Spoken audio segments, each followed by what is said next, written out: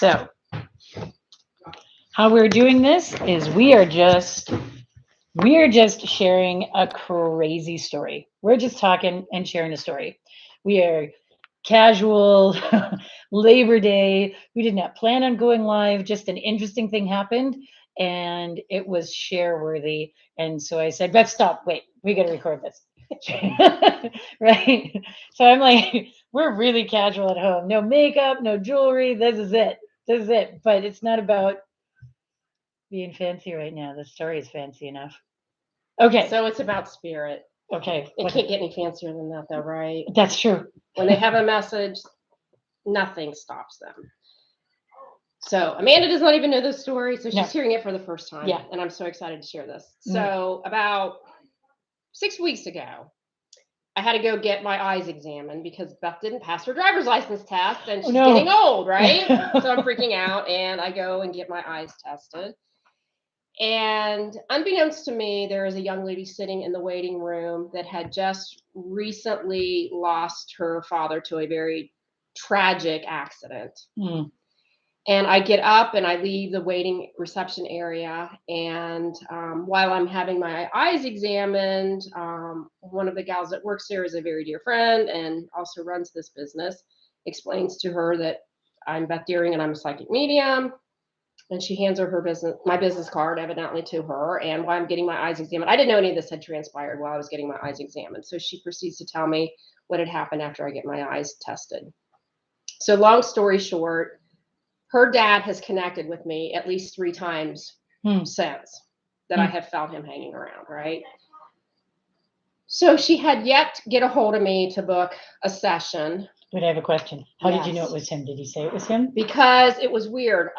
Sometimes when I look out or when things start to come to me, say you're looking outside your back window right now and you're seeing a deck. I might not be seeing that. I might be seeing something that was here 200 years ago or something that had transpired. I was looking out my kitchen window and I literally saw a farming accident happen in front of me. So I figured that was him. That's traumatizing. So I saw that looking out my window, which wasn't my front of my house. It was taking me to what I call place memory. I guess a good thing is what you call it, where you can go to a location and see what's there, but you see beyond what's there. Okay. So clairvoyantly, I was picking up on this gentleman's accident. And so long story short, this young lady evidently has had a chance to come see me a couple different times now at groups, but at the last minute has had something come up where she wasn't able to connect or to come to me. And as a matter of fact, she was supposed to be part of this group on last Saturday, but the last minute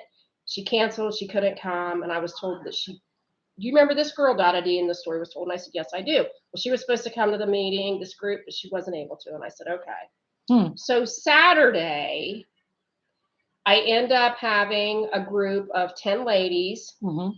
And this group, mind you, was booked probably at least a month prior to this guy's passing. At least a month, okay? Okay. So I go Saturday and I show up at this group. And I walk into this house and immediately these gals are all gathered. They're having like a potluck.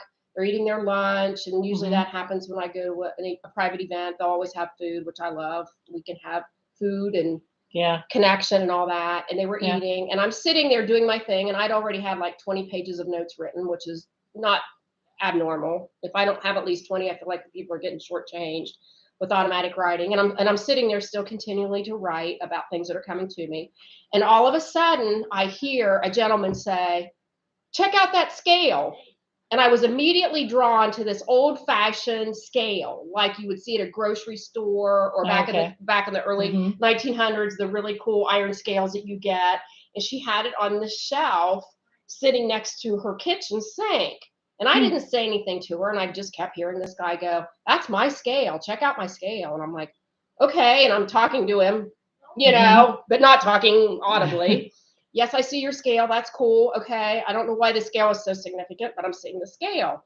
So we are about halfway through the group, and he interrupts the session. He goes, now's the time you need to talk about the scale. And I'm like, why would I want to talk about the scale? But don't ever question spirit. Right. I never do. And I'm like, okay. So I say to her, For some unknown reason, I'm supposed to ask you about this scale. And she looks at me and she goes, you got to be kidding me, right? And I go, what's with the scale? And she goes, my friend was supposed to come to this group, but at the last minute, something happened and she wasn't able to come. She just lost her dad a few weeks ago in a tragic farming accident, named the state, named everything. And I paused and I said, you've got to be kidding me. I said, this is the third or fourth time now Spirit has tried to intercede to get her to come see me or has interacted. And she showed me her picture and I said, oh my God. I go, that's the lady that was at the vision place where I was getting my stuff done for my eyes so I could go take my driver's license test again. And I said, what is significant with the scale? She said, she gave that scale to me right after he passed. It belonged to him. Wow. Wow. Is that amazing? That is amazing. So she texted her as I was sitting there at her kitchen table and said, your dad's come through again. You really need to hook with Beth and get a hold of her. Because now this is like the third or fourth time now your dad has come through with her. And what are the odds of that? 1,000,000,000 to 1? Seriously. Amazing. Seriously. I'm telling you, people. And that they will stop at nothing. And then it's right where you sat. It just happened to be right next to you. Yes. And he used that as a way to make sure that everyone there that knows her, or the woman that knows her, gets in touch with her and says, come on, come on. He's trying to get in touch with you. He's trying to get in touch with you. He keeps trying. I wonder what it is that's keeping her away. I don't know. Like, I wonder why something keeps coming up to the last minute to pull her away. I think maybe every situation has been a group situation, and maybe it just needs to be one-on-one with her, because oftentimes they will intercede and do that as well. Because sometimes it can be overwhelming sometimes with a session, and maybe he just wants her solely to do a solo or a private reading. But it's amazing. I just wanted to tell people out there, they will stop at absolutely nothing to get a message to you. So be open to receiving messages in the most amazing ways. Don't question, be open. Don't question. Just be open. Absolutely. Wow. That's a really cool story. Thanks, Beth. Thank you. Thank you. Everybody have a good Labor Day. Take care.